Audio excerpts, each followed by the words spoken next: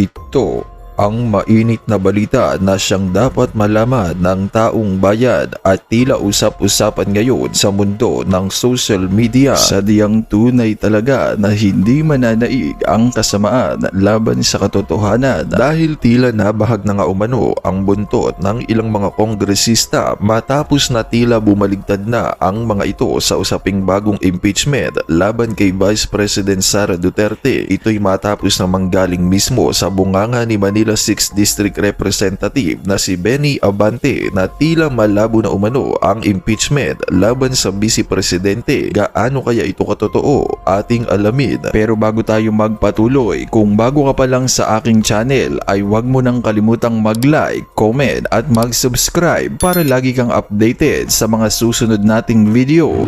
Walang masyadong excitement.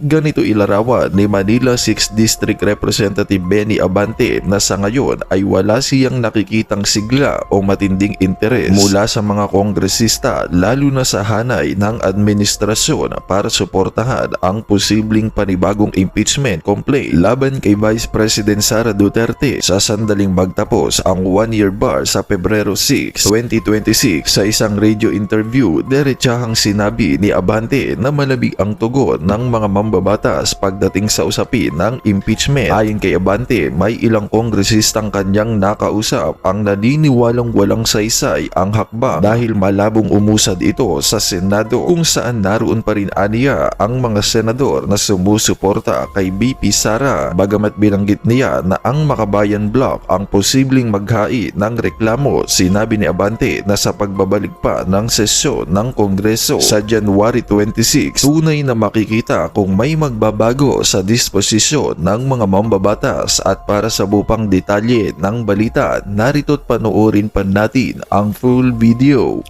Ito po isa pa pong ginigipit. Dahil kalaban sa politika, tapos para mailayo din ang usapin patungkol dito sa magnanakaw ng flood control.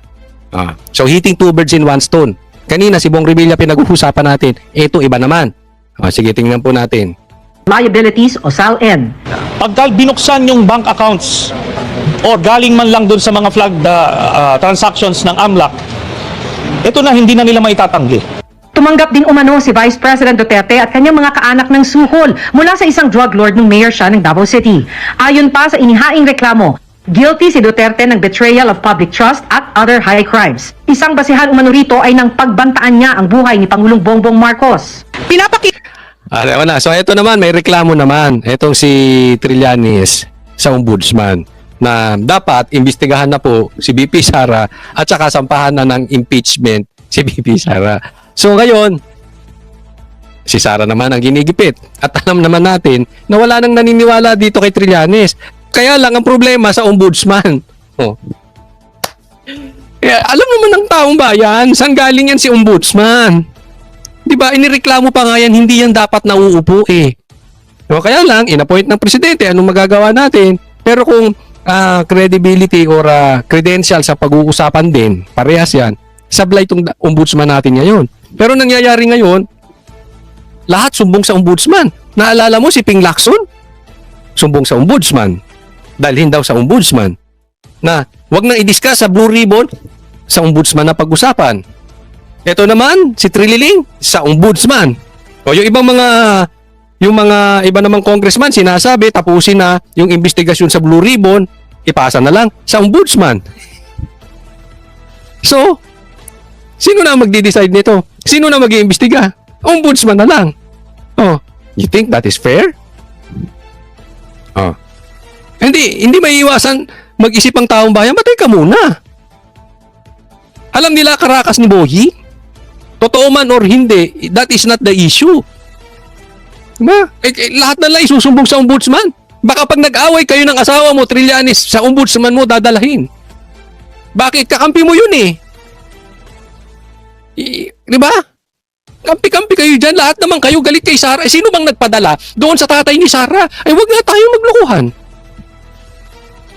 Diba isa doon, sa nagpadala kay PRRD at nangidnap, kay PRRD papunta sa Dahig. Si Boying? Sino ang ombudsman? Di si Boying. So kung gusto kayo may pa-eliminate nakalaban, paimbestigahan nyo sa ombudsman. Di ba? Simple mathematics naman to. Naglolokohan pa ba tayo rito? Kasi kung if you are after na masolusyonan tong problema na ito, dapat kine-question nyo yung presidente. Si VP Sara ba presidente? Parang si VP Sara nagpapatakbo ng Pilipinas. Na pag hindi nakasuhan si VP Sara, babagsak tayo. Hindi po siya presidente. Halatang halata, itong mga to, minamadali si VP Sara. Minamadaling pabagsakin dahil alam natin wala na silang oras. Pag hindi nila napabagsak ng 2027 or hindi nila nasiraan ng 2027, mauubos ang kakampi nila dahil maglilipatan na kay Sara. Dahil si Sara obviously malakas. Kaya gahol na sila. Kahit yung halatang halata na pagsumbong sa ombudsman na wala naman sa batas, na wala naman hindi naaayon, gagawin nila. Ganyan po kalupit itong mga to. Kita ng complaint na ito na una, ang kabuoang halaga ng mga nilimas o niwaldas ni Sara President of the silent majority. Maging silent ka na lang. May bilang ka ba, ating? Sige, reklamo pa more. Duterte ay maihahanay sa mga pinakamalalaking flood controls. Ito si Trillanes. Wala nang naniniwala. Kalookan nga, Mayor, hindi ka nanalo. Kakampi mo pa ang administrasyon. May naniniwala pa ba sa taong to? Sa bagay, wala na siyang trabaho. Kailangan niyang kumita. Scandal. Nagsimula yung nakawan nung mayor pa lang siya. Pati pagka-mayor, kinalkal ngayon. Ganito kasabog tong tao na to. Di ba? Hindi ko sinasabing addict siya, posibleng hindi naman. Pero yung gawain niya, gawain ng sabog. Pati pagka-mayor. Ngayon nyo kakalkalin lahat. Sana naman daw, sabi ni Trillanes, Gusto mo, kalkalin mo pa yung away nilang mag-asawa. Baka gusto mo ring malaman kung anong almusal ni BP Sara. Baka hindi naaayon sa panlasa mo, ireklamo mo sa ombudsman. aksyonan na ng ombudsman ang reklamo laban kay Duterte. Noon na pa raw sampahan ng ombudsman sa Sandigan Bayan si dating Senator Bong Revilla, samantalang noong nakaraang taon pa may nakahain ng reklamo laban kay Duterte. Last year pa to sa Quadcom, hindi pa umuusad. Itong kay Senator Bong Revilla, linggo lang ang binilang. 90 million ang halaga. Alam mo, to si Trillanes, reverse psychology ang ginagawa. Kunwari, makukusap pa sila sa ombudsman. Di ba? Aksyonan niya, ba't nauna pa si Bong Revilla? Bakit si Sara wala pa? Oo, parang wala kayong script ng ombudsman. Di, sa aking opinion lang ha. Pare-parehas naman kayong ayaw nyo sa Duterte. Umi-script pa kayong ganyan-ganyan. Kunwari, napapaboran pa ng ombudsman si Sara. Ang gagago. Ang lakas nyo manggago. Ang loko-loko to mga to. Yun ang halaga. Hinihingi pa namin ng pahayag ni Vice President Duterte. Sinubukan din namin kumuha ng pahayag ng Office of the Vice President pero wala pa silang tugon. Pero dati nang sinabi ni Duterte na wala siyang personal relationship kay Madriaga, hindi rin daw siya nagbigay ng anumang utos dito at hindi raw niya ito nakausap kailanman. Dati na rin niyang itinanggi na Ako lang si Vice President Sara. Tama yung ginagawa niya. Huwag mong pansinin niya si Trillanes. Bakit? Walang bilang yan. Puro ganyan yan. Oh. Gusto lang kumita niyan. Ganyan lang yan. Di, pag-usapan natin yung realidad. Ano bang realidad ng politiko? Influence. Do you think? Real talk lang po. Ha? Huwag natin isipin tayo dilaw, pula. Duterte, anti-Duterte, komunista, NPA. Huwag po natin huwag natin isali yun. Yung totoo lang ang pag-usapan natin. May influence ba yan si Trillanes? Wala. May bilang ba yan? Wala. Siguro 3. Sila ni De Lima. Tsaka si Risa. Tsaka siguro yung 2 vlogger niya. Parehas naman talo. So ano ibig sabihin? Huwag mo nang pansinin. Kaya mo lang kumita, Sara. Hindi yung nagpapapansin. Ilagay mo si Sara halimbawa sa isang syudad. Pagkakaguluhan. Si Trillanes ilagay mo sa isang syudad ni hindi papansinin. Walang bilang yan. Hindi lang sa crowd. Meron kasi yung malakas sa crowd pero walang bilang sa mga kapwa politiko or vice versa. Si Trillanes wala talagang bilang. Even sa mga kapwa niya politiko. may mali sa paggastos ng Office of the Vice President at DepEd sa confidential funds. Para sa GMA Ano yung sinasabi niya, no? May mali sa paggastos sa DepEd. Hindi mo nakita yung mali ng flood control. Hindi mo nakita yung mali ni Bongbong Marcos. Hindi mo nakita yung laki ng confidential funds ni Bongbong Marcos. Hindi mo nakita yung laki ng pork barrel ni Bongbong Marcos. Hindi mo nakita yung nawawala na mga proyekto at hinayaan ni Bongbong Marcos. Di ba? Naman. Next topic po tayo.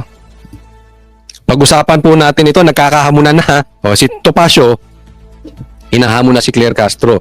Pero importante rin to na mapag-usapan natin, bigyan natin ng komentaryo. Ito po ay interview nitong si Jade, kasama natin sa SMNI. Naku, itong poging-poging at napakagaling na si Jade. Pasok po, pasok. Nasabi may koneksyon o mano itong si Congressman Leandro Leviste sa nagdaang administrasyon. Opo, yun ang pinalalabas nila, ay yun po rin ang lalong in-amplifier ni Yusek Claire Castro. Actually, ito pong kanyang vlog o podcast na subject nitong aming demanda sa Balayan ay isa lamang po yan. May 15 na po na mga vlogs si Auntie Claire na walang ginawa kundi sirain ang reputasyon ni Congressman Leandro Leviste. At ito ay nagsimula lamang noong inilabas ni Congressman Leviste yung tinatawag na Cabral Files. Kaya pag-usapan natin itong harassment na ito. Kasi itong si Claire Castro, hindi ko alam kung crush niya ata ito si Leviste. Sabagay, hindi ko rin siya masisi. Gwapo rin ito si Leviste talaga. No? Pero, ito'y binablog niya. Una, dapat kasi talaga, ang spokesperson ng presidente hindi na nagbablog. Ako, maling-mali talaga yan. Kasi, nagiging attack dog na lang. Di bali sana kung nagiging information lang. Halimbawa, pinapakita lang niya yung plano ng presidente, okay lang yun. Pero pag binabanatan na yung mga kalaban, di umano, kahit hindi naman talaga kalaban, nagiging attack dog. So, hindi dapat siya nagbablog.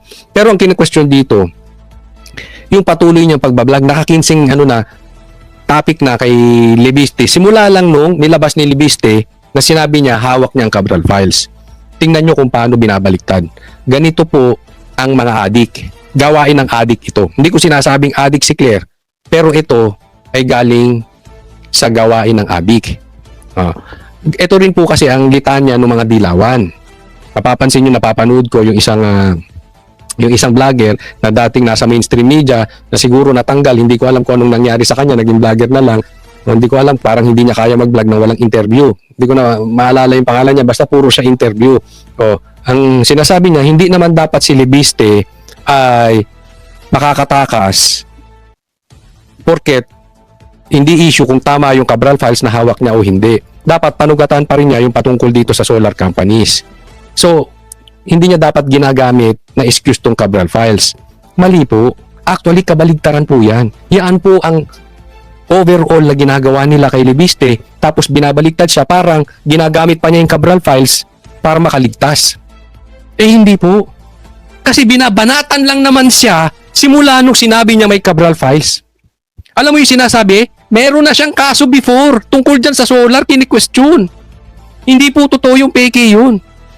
Ngayon lang naman naglabasan sa media. Ngayon lang naman naglabasan sa vlogger. Ngayon lang naman binabatikos yung solar, etc. Hindi ko na po i-discuss yung legality niyan dahil napaliwanag ko na dun sa nakaraang vlog natin nung Biyernes ata. Search nyo na lang. Ang pinag-uusapan natin, binabaligtad. Kasi nga, ang binanatan lang siya after niya ilabas na mayroon siyang Cabral Files. So kabaligtaran. Kaya siya hinaharas ng mga to. Ayaw nila na hawak ni Leviste yung Cabral Files. Ayaw niya nilang magsalita si Leviste. Pati yung DOE po, nagtataka kami, 2003 pa daw yung problema, 2004, bakit ngayon lamang inilalabas? Ngayon, di ba? Exactly. 2003, 2004. Ngayon, nag-iingay. Yung mga vloggers ba nila, diniscuss? Yung sa solar? Hindi. Ngayon, binanatan. Binanatan ba? Ni Boying Rimulya yung dati? Sabihin na natin hindi siya sa ombudsman. Bakit hindi niya sinumbong? Hindi siya nagsalita. Si Claire ba binanatan? Ang tagal niya nang nakaupo. Ano yun? Nagkataon lang? Timing lahat? Tapos meron kayong panggalaw? Yung mga bongbong mga Martin Romualdez vloggers, binabanatan ngayon? Nagkataon lang? Sabihin nyo, hinaharas nyo para Hindi ilabas ni Libiste. At kung sakaling ilabas niya, hindi nyo siya napigilan, sira na yung kanyang credibility. Gets? Kaya nagtataka po kami, sabay-sabay po yan eh. Umpisa nung naging kritiko ng pamahalaan si Congressman Leviste, isa-isa na po yan, DOE, Ombudsman, pati na si Auntie Claire na hindi naman talaga niya trabaho yan kung tutusin sapagat siya ay presidential spokesman. Ayan. Di ba? Hindi ito trabaho ni Claire. Akala ba ni Claire, dahil binabanatan niya sa vlog niya, si Libiste nakakatulong siya sa Pangulo? Hindi po. Nasisira nga ni Claire yung credibility ng Pangulo. Bakit? Isipin mo, hawak niya ang listahan ng magnanakaw. Sabi niya, ni Libiste. Tapos yung spokesperson ng presidente, binabanatan siya 15 times. Simula nung sinabi niya hawak niya yung listahan ng magnanakaw. So ano iisipin ng tao? Ay, guilty yung presidente. Ay, nasa listahan yung presidente. Di ba?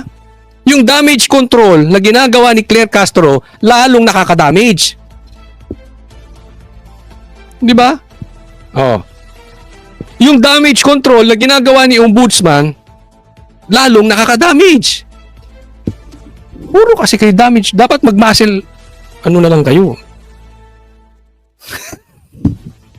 Ay nagtataka po kami kung bakit they're all ganging up on Congressman Leviste. Po. So ang ibig sabihin na possible po, attorney, sa nakikita po ninyo, yung magiging senaryo nito ay matutulad doon kay Congressman Kiko Barzaga na matanggal dyan sa Kamara. Parang ganun po, attorney. Hindi ko po alam kung anong adhikain nitong mga atake nito. Pero para sa amin po, very obvious that these are targeted attacks against Congressman Leviste. Sunod-sunod po yan. May coordination yan, tatlong ahensya na yan. At hindi po maaaring palampasin ni Congressman Leviste. Yan. No, siyempre may coordination. Itong Ombudsman, to si Claire Castro. Hindi ko alam kung ano pa isa, yung DOJ yata. Hindi ko natin alam. Pero ang isang nakaligtaan ni Topacio dito, ni Atty. Topacio, kasama dyan. Baka nasa GC yan. No, ng mga trolls o mga attack dog. Kasi siya din ang binabanatan ngayon eh. Di ba? Sabay-sabay yan. Meron yan. Opo. Attorney, ang sinasabi, ang solar energy franchise ay pinagkaloob noong 2019 sa ilalim ng Duterte administration. Sa legal ba na perspective, attorney, sapat bang basihan yung timing ng pagkakaloob ng prangkisa para maghinala ng irregularidad? Yan, isa pa yan. Ha? Kasalanan na naman ng Duterte. Ito po yung dinidiscuss ko po sa inyo kanina. Sa tagal ko pong nagbablog, nitong panahon ng administrasyon ni Bongbong Marcos, alam ko na yung script nila. Alam ko na yung strategy nila. Itong nangyayari kay Libiste, it's the same script. Napanood ko na ito eh. Pasa na naman sa Duterte. Kaya sinasabing ganyan, dahil Duterte. Anong punto nila? Nabigay daw yung prangkisa 2019. Pag-usapan natin, anong sagot ni Topacio? Kasi 2019, panahon ni PRRD. Hindi po, sapagkat kung gustong palapasin ni Auntie Claire na siya ay ang nagbibigay ng prangkisa ay ang Pangulo, nagkakamali po siya. Kaya nagtataka nga ako kung bakit Duterte ng Duterte yung sinasabi niya para naman siyang hindi abogado, ang nagbibigay po ng prangkisa ay ang lehislatura. Yan yung sinasabi natin eh. It's either tanga to si Claire or nagtatanga-tangahan. Kaya tanungin ko kayo, ano sa tingin nyo, tanga si Claire o nagtatanga-tangahan? Ako tatanungin nyo, nagtatanga-tangahan eh. Sinasabi nga ni Atty. Topacio, para ka namang hindi abogado. Kulang na lang sabihin, tanga ka ba o nagtatanga-tangahan? Kasi minsan gawain din yan, hindi man lahat ng ibang abogado nagtatanga-tangahan. Para siyempre masira sa media. Hindi naman presidente nagbibigay ng prangkisa. Ang a-approve niyan lower house, mga congressman. Pag nakapasa, dadalhin sa Senate. Pag-uusapan yan. Tsaka i-discuss. Pag nakapasa, saka palang dadalhin sa presidente. Di ba? Inaprubahan na ng congressman eh. Inaprubahan ng Senado. O di inaprubahan din ng presidente. Bakit yung presidente kasalanan yan? At hindi lang yan. Wait, there's more. Legislative franchise po yan. Yan po ay unang sinusulong sa mababang kapulungan. Yan po ay pinagdedebatihan, sinusuri, sinisiyasat. Pagkatapos po, kung yan ay papasa sa mababang kapulungan, iaangat pa po yan sa Senado at doon na naman pagdedebatihan, etc. Senado, sa aming records po ay pumasa naman to sa Senado. And then, saka po lalagdaan ng Pangulo kung wala namang masama. Ito pong proyektong ito, kahit nagpalit na po yung administrasyon, ang nagpasinaya po rito ay si Pangulong Bongbong Marcos. At tuloy pa ang puri niya rito sa proyektong ito. Kita mo? Pinuri pa ng pinuri ni Bongbong Marcos. Sa bagay, traidor yan si Bongbong Marcos. Sa bagay, sinungaling yan. Sa bagay, walang utang na loob yan si Marcos. Sa bagay, ang galing magbaliktad yan si Marcos. Sabi ko nga sa inyo, gawain ng adik yan. Diba? Di naman ako nagsabi ng adik, kapatid niya mismo. Adik daw yung kapatid niya. Diba? Ngayon, pinupuri niya na pinupuri. Ngayon, binabanatan ng spokesperson niya. Bakit? Dahil hawak niya yung listahan ng magnanakaw. Guilty kayo? Girl, guilty kayo, ateng? Guilty lang? Guilty ang peg mo? Pagkatapos, darating yung kanyang mga tauhan, questionin yung isang bentahan, naglumusot naman po at siniyasat din, sinuri ng Securities and Exchange Commission na regulatory body ng gobyerno sa mga ganitong bentahan at ng Philippine Stock Exchange. So, yung bentahan, inapruban ng SEC, inapruban ng ahensya ng gobyerno. Tapos ngayon kini-question. Yung Philippine Stock Exchange po, napakahigpit po noon sa mga listed companies. Pagkatapos questionin nila, yun ang aming kinakataka. Dahil hawak niya yung listahan ng mga magnanakaw. So, syempre, galit ang magnanakaw kay Libiste. Yan ang buod niyan. At isa pa, attorney, sinasabi din po ni Yusek Claire. Sige, so okay na yan. Next topic po tayo. Ito si Kiko Barsaga, pag-usapan natin ito. Ngayon may pangatlo siyang libel case. Una po kay Enrique Rason, di ba? Pangalawa kay Dong Puno.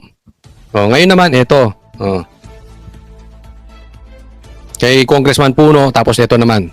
Naharap na sa pangatlong cyber libel complaint si Cavite 4th District Representative Kiko Barsaga. Sa pagkakataon ito, si Manila 2nd District Representative Rolando Valeriano naman ang nagsampa ng reklamo sa Manila City Prosecutor's Office. Ani Valeriano, na miyembro rin ng National Unity Party, isang malaking kasinungalingan ang akusasyon ni Barzaga laban sa partido. Sa isang viral social media post, inakusahan ni Barzaga ang NUP na tumatanggap umano ng suhol mula kay Ultra Billionaire Enrique Razon, kapalit ang suporta para kay dating House Speaker Martin Romualdez. Hindi naman ako papayag siguro na lagi na lang ganun at medyo imamalain ka in over 16 million views. Nayari na si Kiko Barsaga, so pinagtulungan na dahil meron siyang post na ito si Enrique Razon di umano ay binayaran ang NUP para suportahan si Tambaluslos. Pagkatapos doon, nagsorry si Kiko Barsaga kay Enrique Razon dahil ito raw ay kaibigan ng tatay niya at pinagkakatiwalaan ng tatay niya. Kung ako hindi nagkakamali, tatay niya rin ang naging parte or isa sa mga leaders, baka nga mataas pa ang na parte nitong kanilang partido. So papaano yan? Kaibigan na naman ito ng tatay mo o partido na naman ito ng tatay mo. So magsosorry ka na naman. Kasi kaya naman daw siya nagsorry kay Enrique Razon dahil kay pinagkakatiwalaan ng tatay niya paano ito? Diba? Paano kung kaibigan din to ng mga tatay mo? Magsosorry ka? Patay ka na dito.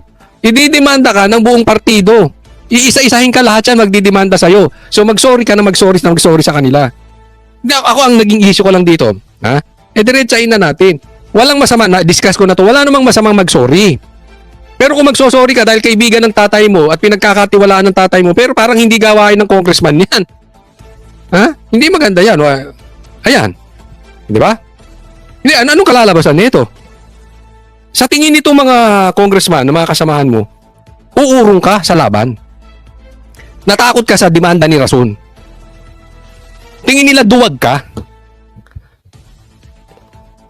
Yun yung issue na yan. Tingin niya, duwag ka, kaya ididimanda ka na ididimanda. Ikikiskis sa pagbumuka mo.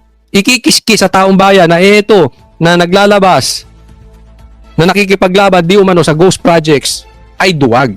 Isang kuting. Meow. Meow. Hindi po natin tinitira si ano dahil galit tayo kay Kiko. Pero sana naman ipaglaban mo. Diba? Kasi simple yun eh. Kung binanatan mo si Rason at alam mo na tunay na nagbabayad si Rason, dapat pinandindigan mo. At kung hindi naman nagbabayad si Rason, dapat nagsorry ka dahil sabihin mo, fake news yung sinabi ko. Hindi yun dahil sa kaibigan ng tatay mo. Dapat tumayo ka na sa katotohanan. Gusto malaman ng tao, totoo bang nagbabayad si Rason para suportahan si Tambaluslos? Dapat doon ka na nanindigan. Oo, hindi lang. Wala kaming pakialam kung kaibigan ng tatay mo o katiwala ng tatay mo. Oh. Hindi, papalabasin nila. Meow. Meow. Kuting ka talaga. Nag-file ako dahil ang feeling ko, na-agrabyado ko, na-injured ako because of his statement. At any rate sa akin, wala. Zero. Wala. Never rin akong binigyan ng pera ni Mr. Enrique Rason para supportan si Martin Romualdez. Hindi mapipilita ka maglabas ng ebidensya ngayon. Kung talagang binigyan sila. Yes. Dagdag ni Valeriano, walang pruweba si Barzaga sa kanyang mga parata. Institusyonal din daw para kay Valeriano ang ginawa ni Barzaga dahil miyembro ng Kamara ang mga inakusahan nito. Kaya itutuloy pa rin daw niya ang kaso kahit pa humingi ng Ulitin ko, wala kaming problema, wala kaming kinakapihan kung si Kiko Mano itong mga congressman. Hindi po. Ang gusto naming malaman, sabihin mo sa bayan, nagbabayad ba si Rason or hindi? Tapos. Huwag natin paikutin. Simple lang naman eh. panhin si Barzaga sa kanya. Dapat may kaparusahan yung lahat ng ginawa mo. Diba? Nauna nang magsampa ng cyber libel complaint si Narazon at Deputy Speaker at NUP Chair. Kasi siya naglabas ng balita, tayo naman wala tayong alam eh. Diba? Hindi naman natin, hindi ko nga alam na involved pala politically si Rason. Hindi ko man hindi ko alam, wala nga. Hindi ko nga kilala yan eh. Diba? Pinost niyang ganun. Ngayon tao, nagtataka, totoo ba o hindi? Ganun lang naman. Pero kasi kung may ganun, national concern yun. Issue ng taong bayan yun. Kami, hindi namin masabi, wala naman kami ebidensya. Siya nagsabi, dapat may hawak siyang ebidensya. Hindi lang siya kumuda. Dapat pag kumuda ka, meron ka ng hawak na ebidensya. Chairman Ronaldo Puno, laban kay Barzaga. Sa isang mensahe naman sa Billionaire News Channel, sinabi ni Barzaga na handa siyang harapin si Valeriano sa korte para sa agenda. Ayun na. So doon na tayo mauuwi.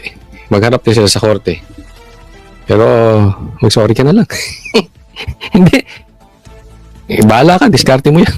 Kaya naman anong masasabi mo sa balitang ito? Kung mayroon kang hinaing at komento ay mag-comment ka lamang sa ibaba ng videong ito. Maraming salamat.